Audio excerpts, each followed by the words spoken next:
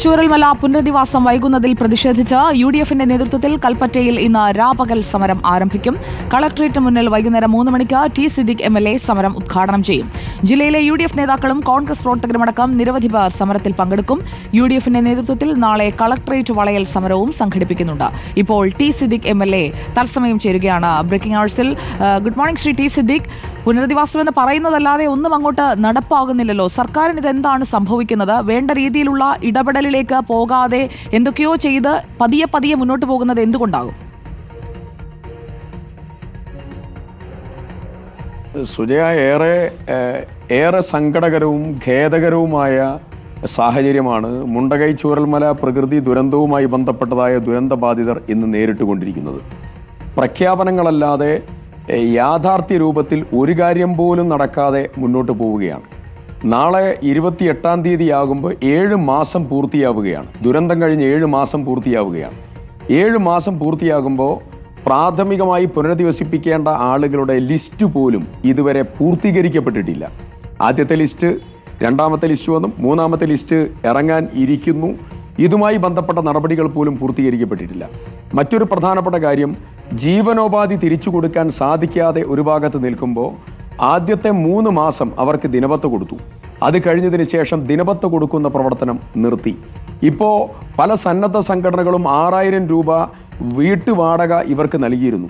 അപ്പോൾ ഇത് പുനരധിവാസം വൈകിയപ്പോൾ പലരും അതിൽ നിന്ന് വിഡ്രോ ചെയ്യുന്നതായിട്ടുള്ള അതീവ ഗുരുതരമായ സാഹചര്യം ഉണ്ടായി. 42 ആളുകൾ ഇതിൽ ഗുരുതരമായി പരിക്കേറ്റതായ ആളുകൾ 40-ൽ പരം ആളുകളുണ്ട്.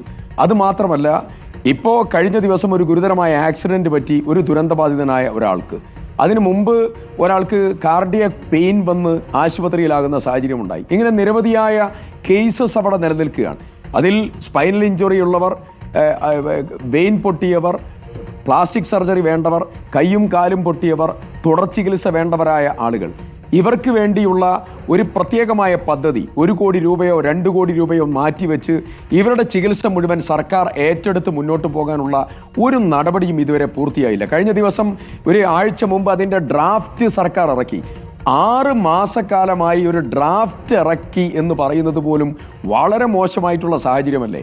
അതിനുവേണ്ടിയുള്ള പണം നീക്കിവെച്ചു. 5 ലക്ഷം രൂപയാണ് തുടർ ചികിത്സയ്ക്ക് വേണ്ടി ആകെ മാറ്റിവെച്ചതായിരിക്കുന്ന തുക. ഇങ്ങനെ ഒരു ഉത്തരവ്, ഇപ്പോൾ കാർഷിക വിളകൾ നഷ്ടപ്പെട്ടത്, കാർഷിക ഭൂമി നഷ്ടപ്പെട്ടത്, അതിൻ്റെ കാര്യം എന്താണ്?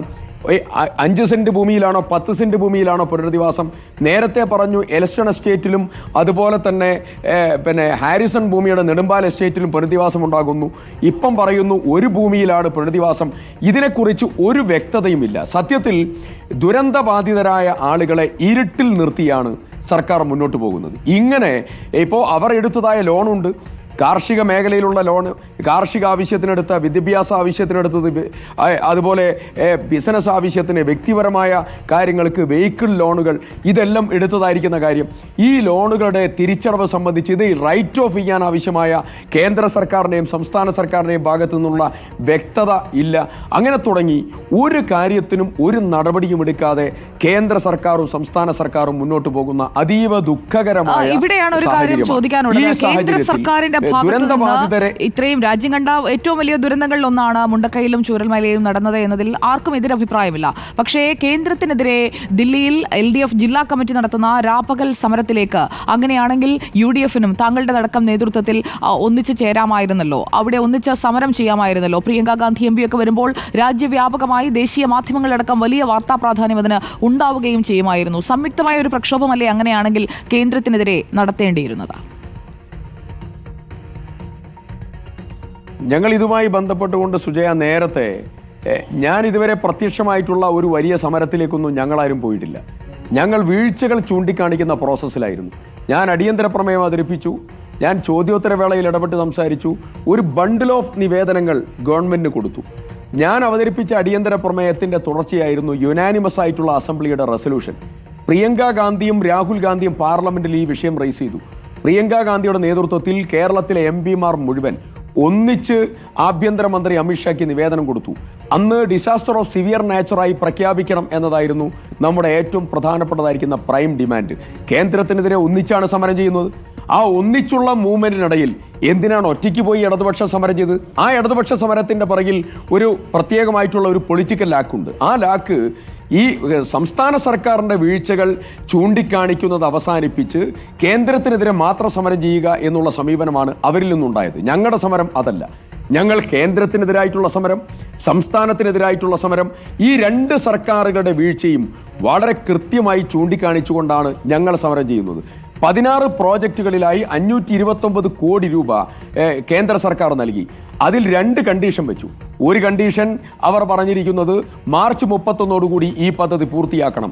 രണ്ടാമത്തെ കണ്ടീഷൻ പറഞ്ഞത് 50 വർഷത്തും കൊണ്ട് തിരിച്ചടയ്ക്കണം. തിരിച്ചടയ്ക്കേണ്ടതായ ഒരു ലോണല്ല ദുരന്തബാധിത മേഖലകളിലേക്ക് തരേണ്ടത്. അവിടെ പാക്കേജും ഫൈനാൻഷ്യൽ അസിസ്റ്റൻസുമാണ്. ഞങ്ങൾക്ക് ഇതിലൊക്കെ കൃത്യമായിട്ടുള്ള ബോധ്യമുണ്ട്. സംസ്ഥാന സർക്കാരിന്റെ ഭാഗത്ത് നിന്ന് ഒരു നിർലോഭമായ സഹായം ചെയ്ത് അവരെ സംരക്ഷിക്കേണ്ടടത്ത് അവരെ മുഴുവൻ ഇരുട്ടിൽ നിർത്തി അവരെ സംരക്ഷിക്കേണ്ട ചുമതലയിൽ നിന്ന് പൂർണ്ണമായും ഒഴിഞ്ഞാണ് സംസ്ഥാന സർക്കാർ പോയിക്കൊണ്ടിരിക്കുന്നത്. ഈ രണ്ട് സർക്കാരുകളുടെ ഈ ഞാൻ പ്രേക്ഷകരുടെ അറിവിലേക്കായി കൂടി ചോദിക്കുകയാണ്. ശ്രീ ടി സിദ്ദിഖ് MLA, ഇവിടെ പലരും ഇപ്പോൾ വീടുകൾ വെച്ച് നൽകാനുള്ള സന്നദ്ധത അറിയിച്ചിരുന്നു. ഇപ്പോൾ ഓർത്തഡോക്സ് സഭ കഴിഞ്ഞ ദിവസം അതിൽ പ്രതിഷേധം അറിയിക്കുന്നത് നമ്മൾ കണ്ടതാണല്ലോ. 50 വീടുകൾ വെച്ച് നൽകാനുള്ള സന്നദ്ധത സർക്കാരിനെ അറിയിച്ചിട്ടും മറുപടി ലഭിച്ചില്ല എന്ന് പറയുന്നു. സഭ സ്വന്തം നിലയിൽ ഭൂമി കണ്ടെത്തി ആ ജനതയെ പുനരധിവസിപ്പിക്കും, അതടക്കം ഓർത്തഡോക്സ് സഭ ചർച്ച ചെയ്യുന്നു എന്നുള്ളത് ഇന്നലെ വന്ന പ്രതികരണമാണ്. ഈ രീതിയിൽ കർണാടക സർക്കാർ ആകട്ടെ, രാഹുൽ ഗാന്ധി ആകട്ടെ, യൂത്ത് കോൺഗ്രസ് ആകട്ടെ, എല്ലാവരും വീടുകൾ വെച്ച് നൽകാം എന്നുള്ള വാഗ്ദാനം നൽകുന്നുണ്ടായിരുന്നു. ചില ഇടങ്ങളിലൊക്കെ അതിന്റെ ശ്രമങ്ങൾ അല്ലെങ്കിൽ പണി തുടങ്ങിയതായും അറിയാൻ കഴിയുന്നു.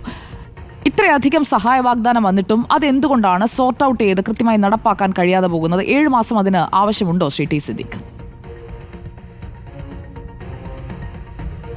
ഇതിൽ സർക്കാരിന്റെ അതീവ ഗുരുതരമായിട്ടുള്ള പാളിച്ച നടന്നു. ഞാൻ ബഹുമാനപ്പെട്ട മുഖ്യമന്ത്രിയോടും രാജൻ ഉൾപ്പെടെയുള്ള മിനിസ്റ്ററോടും വളരെ ഓപ്പണായിട്ടും അതുപോലെ കത്ത് മുഖേനയും ആവശ്യപ്പെട്ട പ്രധാനപ്പെട്ട കാര്യമായിരുന്നു സ്പോൺസേഴ്സുമായി സംസാരിക്കണം. സത്യത്തിൽ സർക്കാർ ചെയ്യേണ്ടിയിരുന്നത് സ്ഥലം ഏറ്റെടുത്ത്, അതല്ലെങ്കിൽ സ്പോൺസേഴ്സ് വാങ്ങുന്നതായിട്ടുള്ള സ്ഥലം, എന്തെങ്കിലും നിയമപരമായ പ്രശ്നങ്ങളുടെ തോട്ടത്തിന്റെ പ്രശ്നമുണ്ട് ഇവിടെ, ആ പ്രശ്നം കൈകാര്യം ചെയ്തു കൊടുക്കാൻ ഞങ്ങൾ തയ്യാറാകുമെന്ന് പറഞ്ഞിരുന്നെങ്കിൽ ആ സ്പോൺസേഴ്സ് മുഴുവൻ സ്ഥലം ഏറ്റെടുത്ത് പൂർണ്ണമായും വീട് നിർമ്മാണം ഇന്ന് പൂർത്തീകരിക്കപ്പെടുമായിരുന്നു. സർക്കാരാണ് അതിന് തടസ്സം നിന്നത്. സർക്കാർ പറഞ്ഞു ഞങ്ങൾ സ്ഥലം കണ്ടെത്തി ഞങ്ങൾ വീട് നിർമ്മിക്കും, ആരും വീട് നിർമ്മിക്കുന്ന കാര്യത്തിൽ ആരും ഏറ്റെടുക്കണ്ട. എന്നിട്ട് അവർ ഫിക്സ് ചെയ്തു ഒരു യൂണിറ്റ്, ഒരു വീടിന് 30 ലക്ഷം രൂപ. 30 ലക്ഷം രൂപ എങ്ങനെയാണ് 1000 സ്ക്വയർ ഫീറ്റിന് ഉണ്ടാവുക? ഒരിക്കലും ഉണ്ടാവില്ലല്ലോ. അപ്പോൾ സർക്കാരിന്റെ സമീപനം തെറ്റായിരുന്നു. സർക്കാർ ചെയ്യേണ്ടിയിരുന്നത് സന്നദ്ധ സംഘടനകൾക്ക് ഭവന നിർമ്മാണ പദ്ധതിക്ക് ഞങ്ങൾ സൗകര്യം ചെയ്യാം എന്ന് പറഞ്ഞിരുന്നെങ്കിൽ ഇന്ന് ആ ഭവന നിർമ്മാണം പൂർത്തീകരിക്കപ്പെടുന്ന സാഹചര്യത്തിലേക്ക് ഉണ്ടാകുമായിരുന്നു. അത് സ്പോൺസേഴ്സിന്റെ മീറ്റിംഗ് വിളിക്കാൻ 4 മാസത്തെ സമയമെടുത്തു. എന്തിനാണ് 4 മാസത്തെ സമയം മുഖ്യമന്ത്രിക്ക്? ബഹുമാനപ്പെട്ട മുഖ്യമന്ത്രി ഈ സ്ഥലം ഒന്ന് സന്ദർശിച്ച് ദുരന്തബാധിതരെ ഒന്ന് കണ്ട് സംസാരിച്ചോ? സംസാരിച്ചില്ലല്ലോ. അന്ന് ദുരന്തം നടന്ന സമയത്ത് പോയതാണ് ബഹുമാനപ്പെട്ട മുഖ്യമന്ത്രി. ഇതുവരെ ദുരന്ത സ്ഥലത്തേക്ക് അദ്ദേഹം തിരിഞ്ഞു നോക്കിയിട്ടില്ല. അപ്പോ സർക്കാരിന്റെ പ്രയോറിറ്റിയിൽ ഇന്ന് മുണ്ടകൈ ചൂരൽമല ദുരന്ത നിവാസികൾ ഇല്ല, ബാധിതർ ഇല്ല. അത്രയും അവജ്ഞ.